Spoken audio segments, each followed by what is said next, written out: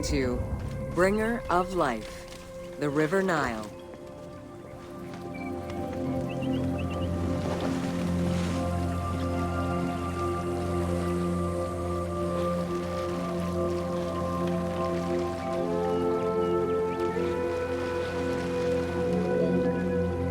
The ancient Egyptians called the dark fertile soil of the Nile the Black Lands, and the surrounding desert was referred to as the Red Lands. The dramatic difference of productive land opposed to barren desert had a deep influence on cultural ideology, mythology, and religion.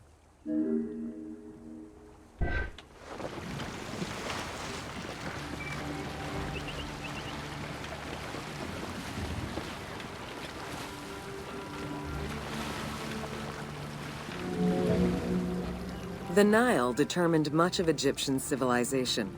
For example, the seasonal cycle of the Nile was so consistent that ancient Egyptians created their calendar around it. The flood season, or Akhet, was when the departing floodwaters left arable soil for crops. It was followed by the growing and harvesting seasons, known as Peret and Shemu. These regular seasons, along with abundant wildlife and rich soil, meant that Egypt's denizens were able to nourish themselves and ensure their country's strength in trade.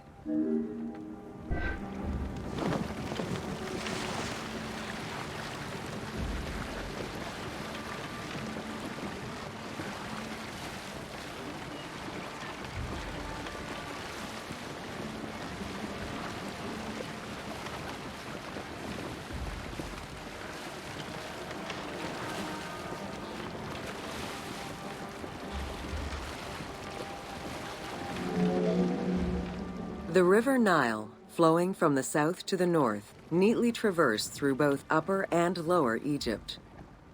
All of Egypt's major cities were built along this narrow ribbon of life. Protected by mountain ranges and deserts which acted as natural barriers to enemies, and sustained by the Nile's plants and wildlife, Egyptian civilization enjoyed economic and cultural prosperity for over 4,000 years.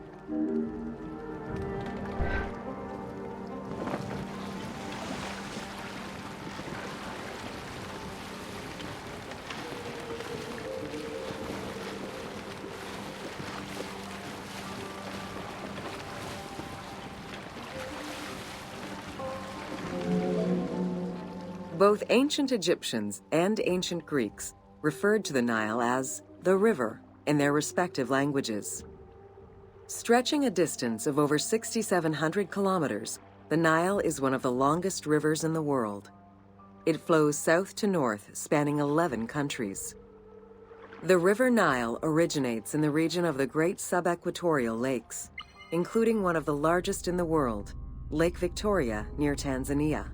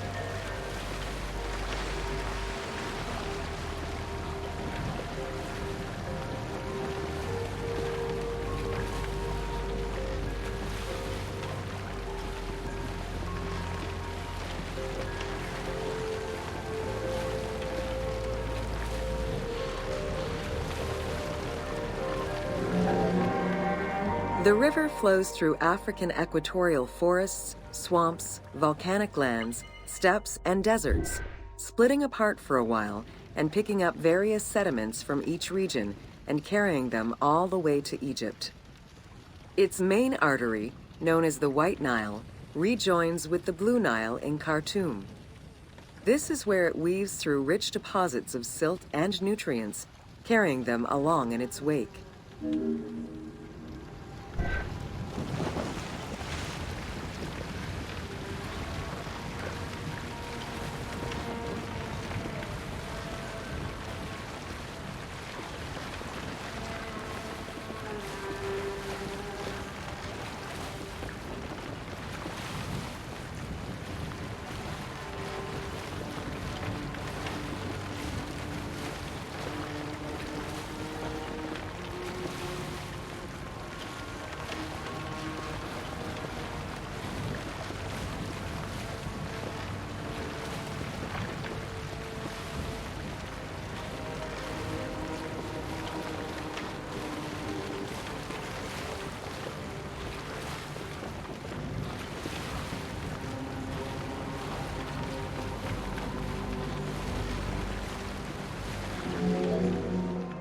The Nile crosses 6 cataracts from the south to the north, creating natural obstacles between the various sections of the river.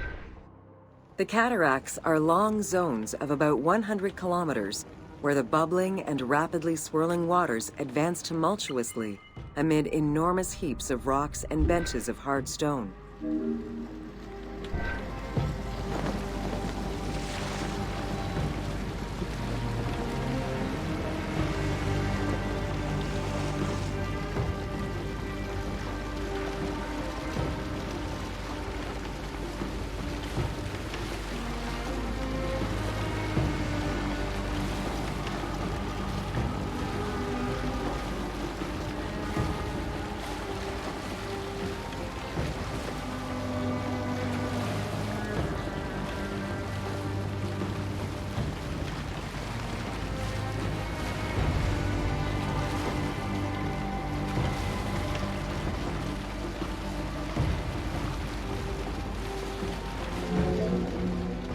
It is after crossing Nubia and the first cataract that the river officially returns to Egypt in Aswan. There are still 1,000 kilometers before it reaches Cairo and the Delta, bringing life to those living on its shores before it eventually empties into the Mediterranean Sea.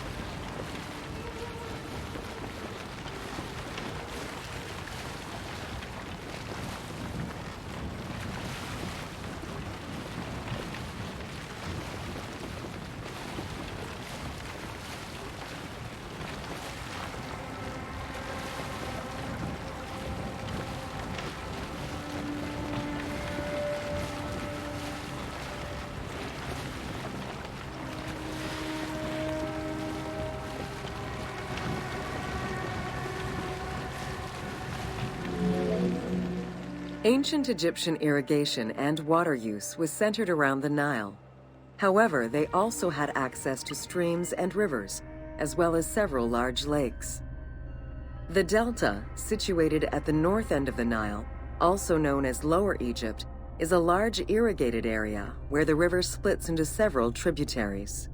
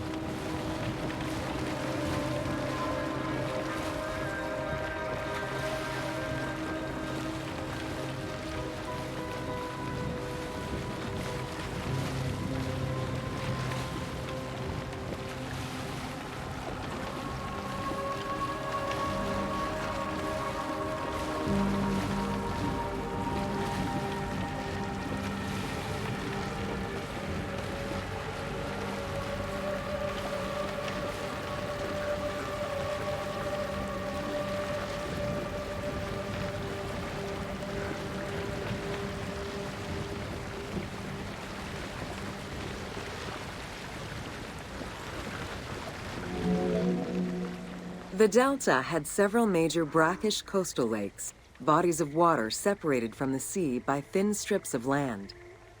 A mix of deep to shallow waters, salt swamps, and sand plains, these lakes were refuge to a wealth of species, as well as water and land plants.